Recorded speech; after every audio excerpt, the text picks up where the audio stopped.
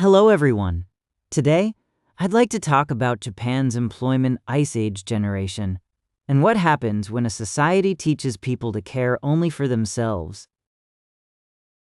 I recently watched a television program about new measures to support this generation and help people move from insecure work into permanent employment. Support is better late than never. People are still struggling. But my first reaction was also very simple. Why now? I entered the job market just after Japan's economic bubble collapsed. Companies had sharply reduced hiring, and after dozens of applications, I had been rejected by every one of them. I had studied physics and used computers for simulation work, but there were almost no opportunities to use those skills. I had studied and developed useful skills. Yet, when I tried to enter working life, I was repeatedly told that I was not needed. At the time, unemployment and insecure work were usually explained as failures of individual effort. But what exactly were people supposed to do when companies were simply not hiring? That part was pushed into the background. I was lucky. A professor helped me find my first job, although it was in systems sales rather than engineering. I wanted to work in technology, but that was not an era in which I could afford to be particular. I took the opportunity I had and worked in sales for about a year. About a year later, another company recognized my technical background and gave me the opportunity to become a software engineer. From there, I was able to build a career that has now lasted nearly 30 years. That may sound like a story about overcoming adversity through effort. I do not see it that way. Without either opportunity, my life could have turned out very differently.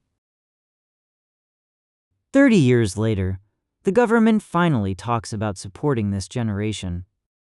Japan is aging, the workforce is shrinking, middle-aged poverty has become impossible to ignore. The consequences are now visible as a cost to society, so the language has changed from personal failure to a national problem. But many of us cannot avoid asking, why did no one act when we were 25, when help could have changed the course of an entire life? When I talk with people from my generation, I often sense a distinctive coldness toward the country and society.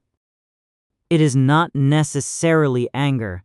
We are not organizing demonstrations or calling for a revolution. We simply learned not to expect anything. When the country says the population is aging, Social Security is in danger, and everyone must contribute more for Japan's future, part of me responds, that is not my problem. When we needed help, those same institutions told us to take responsibility for ourselves.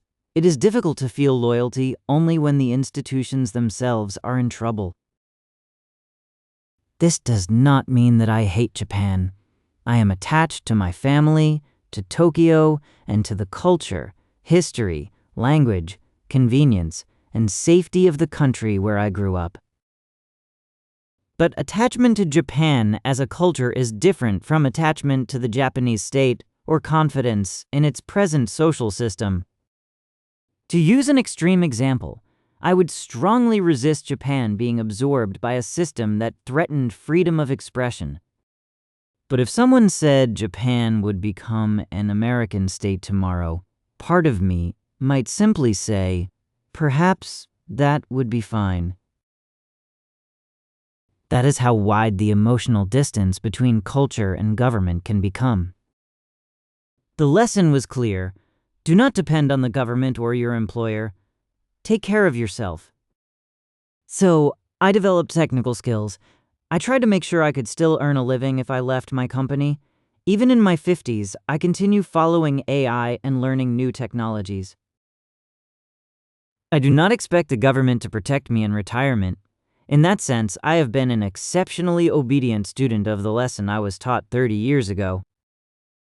That lesson made many of us resilient. It also created people who feel little loyalty toward institutions that did not help them when they needed it. But this logic becomes dangerous when everyone adopts it. Individuals protect only themselves. Companies protect profits. Politicians protect their positions. Bureaucracies protect their organizations. Every choice can sound reasonable when viewed in isolation. No one wants to be the only person who loses. No one wants to be the only person who follows the spirit of the rules while everyone else takes advantage of them. When everyone gives themselves just a little more priority, eventually no one is left thinking about the public good. Social morality does not always collapse because everyone suddenly becomes evil. It erodes when ordinary people ask why they should be the only ones to act honestly, accept a loss, or think about the public good. The news already seems full of the consequences of that thinking. People and organizations acting to protect themselves, then explaining that they were not solely to blame. Perhaps each explanation is sincere from that person's point of view. That is precisely what makes the problem so difficult. It is not surprising that people abandoned when they were young become indifferent toward society. But when that indifference spreads throughout society, no one can expect help from anyone. The doctrine of personal responsibility made people like me stronger. It also created people who do not trust the government or society. Those people now occupy the center of society. In a society where everyone thinks only of themselves, eventually no one can protect even themselves. That may be the real outcome of the lesson in personal responsibility that began 30 years ago. Thank you for listening.